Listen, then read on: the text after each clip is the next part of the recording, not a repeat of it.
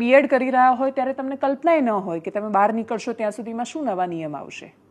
પરીક્ષા આવે, તમે ટાટ પાસ કરો, એની પેટર્ન બદલાય, એક બે વાર પેપર ફૂટે, તમારા 2-4 વર્ષ બરબાદ થાય, એના પછી તમે માંડ પાસ થાવ.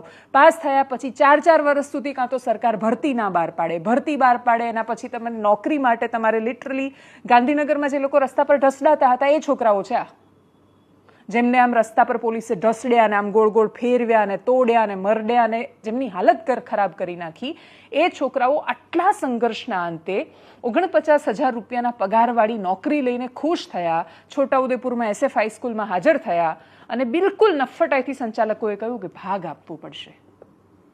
આટલું પેલું પાર્લેજીનું બિસ્કિટ આવતું એમાં કહેતા કે સરકારે એમાંથી 2 બિસ્કિટ ચોરીને ખાઈ ગઈ. કશું બચતું જ નથી મિડલ ક્લાસ પાસે. એ કેટલાને ભાગ આપશે? ક્યાં ભાગ આપશે? રસ્તા પર હેલ્મેટ રહી ગયું, પોલીસને ભાગ આપવાનો. ટ્રાફિકનો એ મેમો આવે અને મેમો ઓછા નથી આવતા, 1,000 રૂપિયા 2,000 રૂપિયાનો દંડ થાય છે. દરેક જગ્યાએ તમે સામાન્ય માણસનું શોષણ કરી રહ્યા છો અને એટલી હદ સુધી શોષણ કરી રહ્યા છો કે આખો નીચોવી લીધા પછી કંઈ રહેતું નથી એનામાં. માંડ જેના સપના પૂરા થયા છે, 2 મહિના પહેલાં જેને એવો હાશકારો થયો હશે કે હાશ ખૂબ લડ્યા અમે અને ખૂબ લડ્યા પછી અમને નોકરી મળી, એ લોકોની શું હાલત કરી નાખી. સલામ છે હિંમતને એમની. એ શિક્ષક થવાને લાયક છે, જેની કરોડ ટટ્ટાર ન હોય, જે આંખમાં આંખ નાખીને જુઠ્ઠાની સામે, ખોટાની સામે પ્રતિકાર નથી કરી શકતું, અન્યાયની સામે બોલી નથી શકતું. એ કેવી પેઢી પેદા કરે?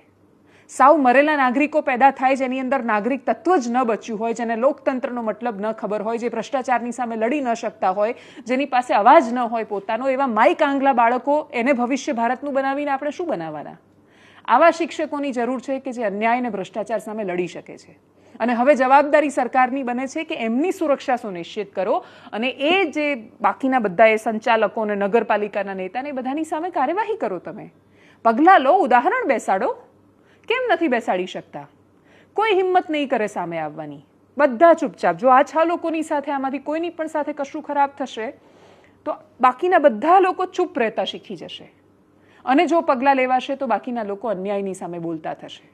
સરકાર પર છે કે સરકાર ખાલી બહુ જ મોટી મોટી સરસ વાતો કરવા માંગે છે કે પછી એ ખરેખર ભ્રષ્ટાચારની સામે લડવા માંગે છે? અને જો લડવા માંગે છે તો આ હાઈ ટાઈમ છે, આ બહુ મોટું ઉદાહરણ છે. એક્શન લો અને સાબિત કરો.